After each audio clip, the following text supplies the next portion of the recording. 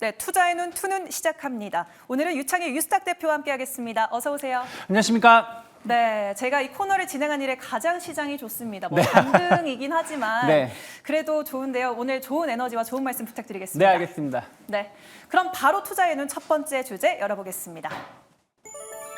네, 조선주 빅사이클 2007년 이래로 또 빅사이클이 오는 거 아니냐. 오늘 조선주가 상당히 강합니다. 네. 미중 갈등으로 인한 수혜도 있을 것이고 뭐 굵직굵직한 조선 기업들이 모두 올해 영업이 기대가 되고 있습니다. 특히 올해 1분기밖에 안 지났잖아요. 근데 네. 올해 1분기 한국 선박 수주액이 지난해 1년 수주액의 거의 절반가량이라고 합니다. 네. 자료 보면서 한번 살펴보도록 하겠습니다. 또 어제 오전에는 뭐 HD, 현대, 중공업이 페루에 뭐 함정 4척을 공급했다고 하기도 하고 중남미 방산 수출이 역사상 최대 규모 수주라고도 하죠.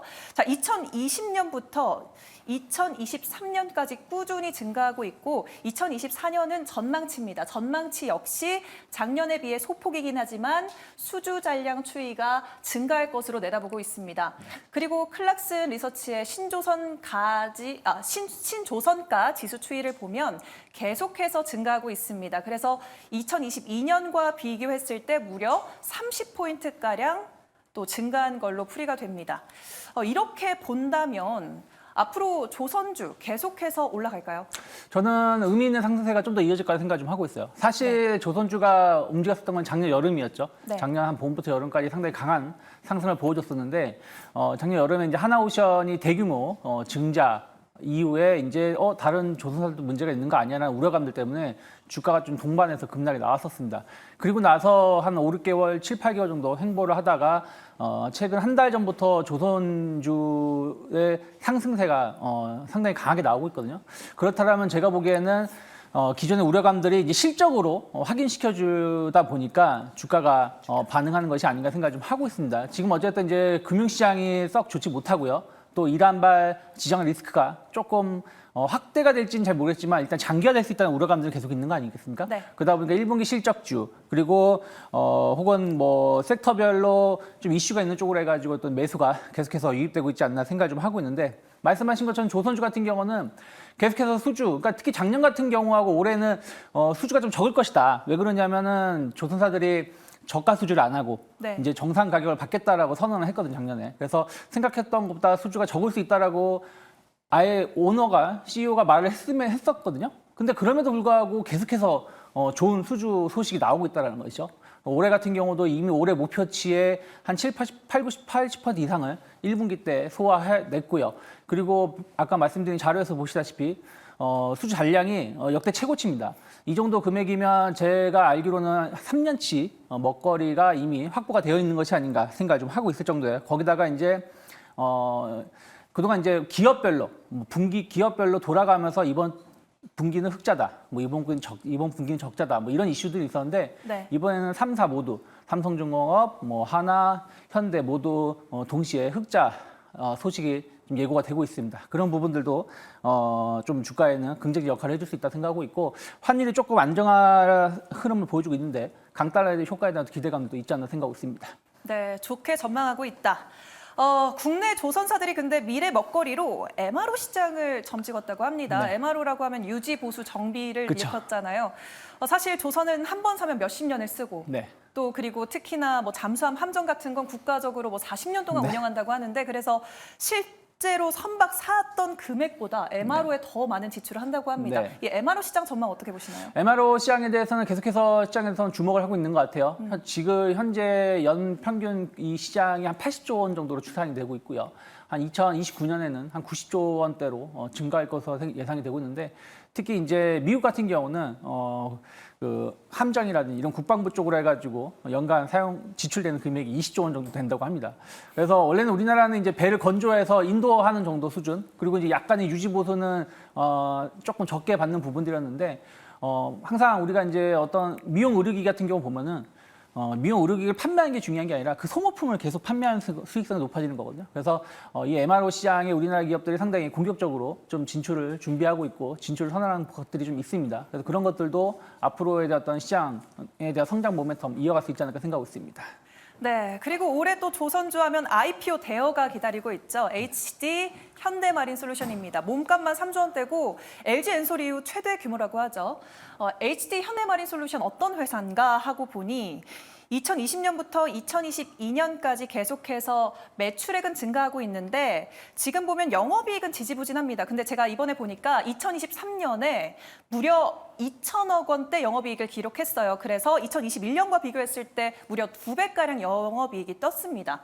IPO의 대여다 아니다 하고 좀 논란이 있는데 대여 예상하십니까?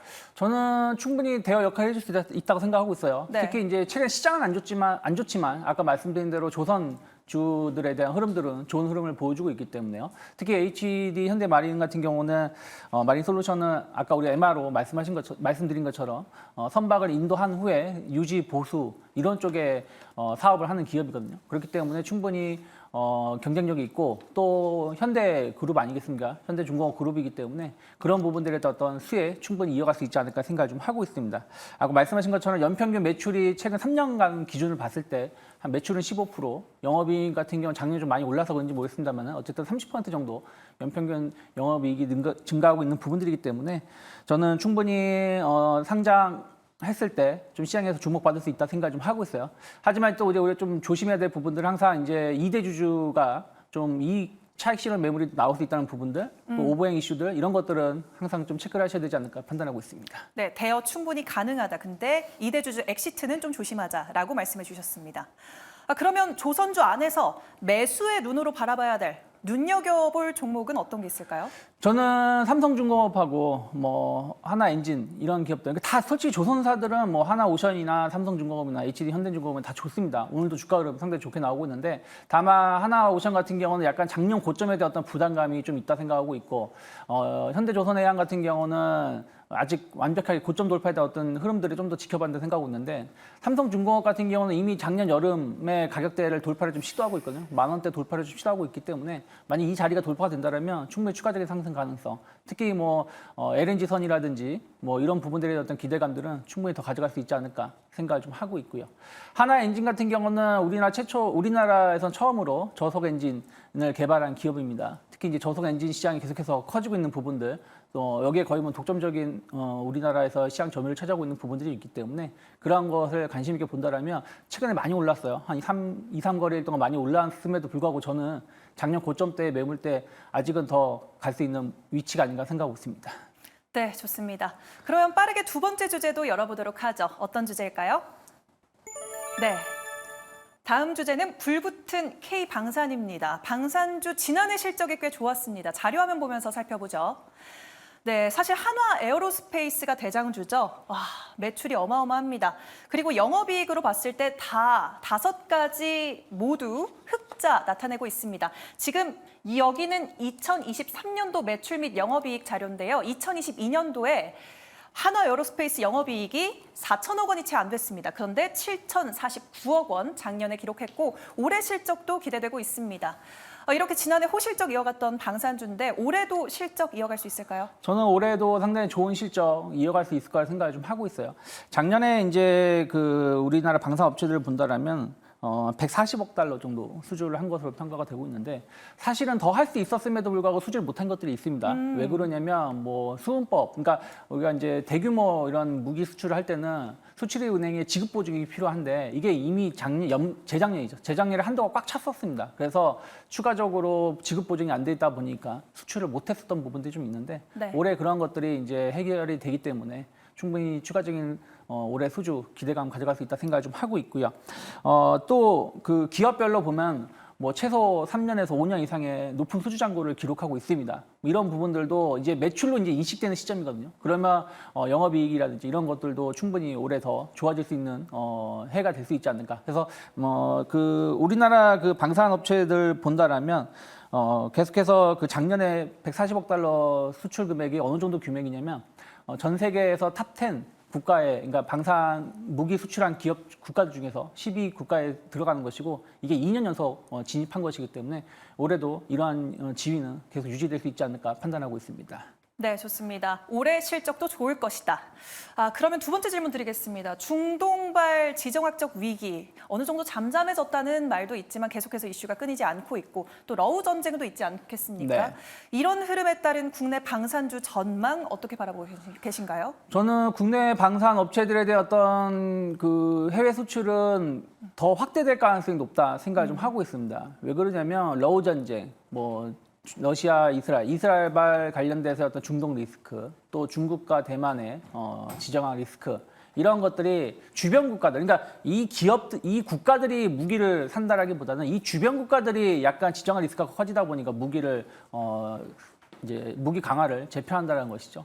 그런 거에 대한 어떤 국방비 지출이 계속해서 확대가 되고 있고 사실은 뭐 우리나라는 예전 같은 경우는 무기 수출 국가가 그렇게 기업이 그렇게 주목을 못 받았는데 재작년, 작년 우리나라 기업들의 무기가 상당히 좋다라는 게 인식이 되면서 상당히 폭발적인 수출이 이루어지고 있습니다. 그래서 2022년 같은 경우는 한 4개 국가의 그 폴란드라든지 이런 국가의 무기가 수출됐다라면 작년 같은 경우는 12개 국가로 확대가 되었거든요.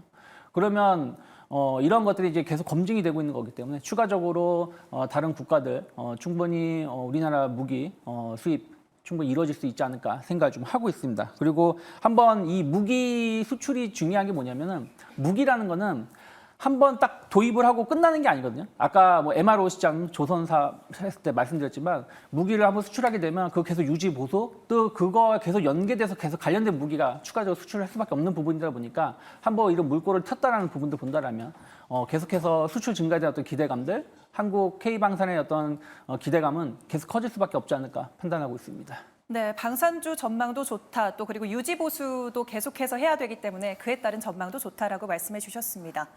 네, 그럼 방산주에서 노려볼 두 가지 종목, 매수의 눈으로 바라볼 두 가지 종목 설명해 주시죠. 네, 저는 일단은 최근의 흐름들을 본다라면 뭐 현대 로템이라든지 휴니드 계속해서 주목해 볼 만하다 생각하고 있고요. 네. 현대 로템 같은 경우는 K전차 계속해서 우리나라 기업들의 그 K전차의 러브콜이 이어지고 있어요. 특히 우리나라 기업이 강점을 가지고 있는 거는 다른 나라 같은 경우는 예를 들어서 뭐 전차로 유명한 독일 같은 경우는 한번 수주를 하게 되면 2, 3년 이상 기다려야 되는데 우리나라는 맘만 먹으면 뭐 1년 이내에도 공급을 하고 있기 때문에 그런 것들이 강점이고요. 또 하나가 현대 로템은 철도죠. 우리나라 같은 경우도 철도 지하화라든지 또 뭐 러우 전쟁이 끝나게 된다면 우크라이나 재건 이런 부분들을 계속해서 기대감도 가져갈 수 있기 때문에 현대 로템 최근에 외국인 기관들 수급 흐름을 본다라면 강한 매수에 계속 유입되고 있지 않나 생각하고 있고요. 그리고 이제 이스라엘 좀 지정학 리스크를 좀 감안한다라면 휴니드를 좀 주목해 볼 만하지 않을까 생각을 하고 있어요. 휴니드 같은 경우는 이스라엘 군수업체 IAI의 그 레이더 제밍이라고 하죠. 전파 방해하는 부품을 공급을 하고 있습니다. 공식적으로. 이런 부분들의 어떤 수요는 조금 더 커질 수 있지 않을까 생각하고 있고요. 또 이번에 이란이 이스라엘을 공습을 했을 때 또 러우 전쟁을 보면 계속 드론 얘기가 나오고 있거든요. 드론 관련돼서 휴니드가 좀 좋은 기술력을 가지고 있기 때문에 상당히 이번 방산 업체들 중에서 좀 주목받지 못한 저평가되어 있는 기업이 아닌가 생각을 하고 있습니다. 네, 알겠습니다. K2전차 철도 모멘텀 가지고 있는 현대 로템 그리고 레이더 모멘텀 휴니드 소개해 주셨습니다.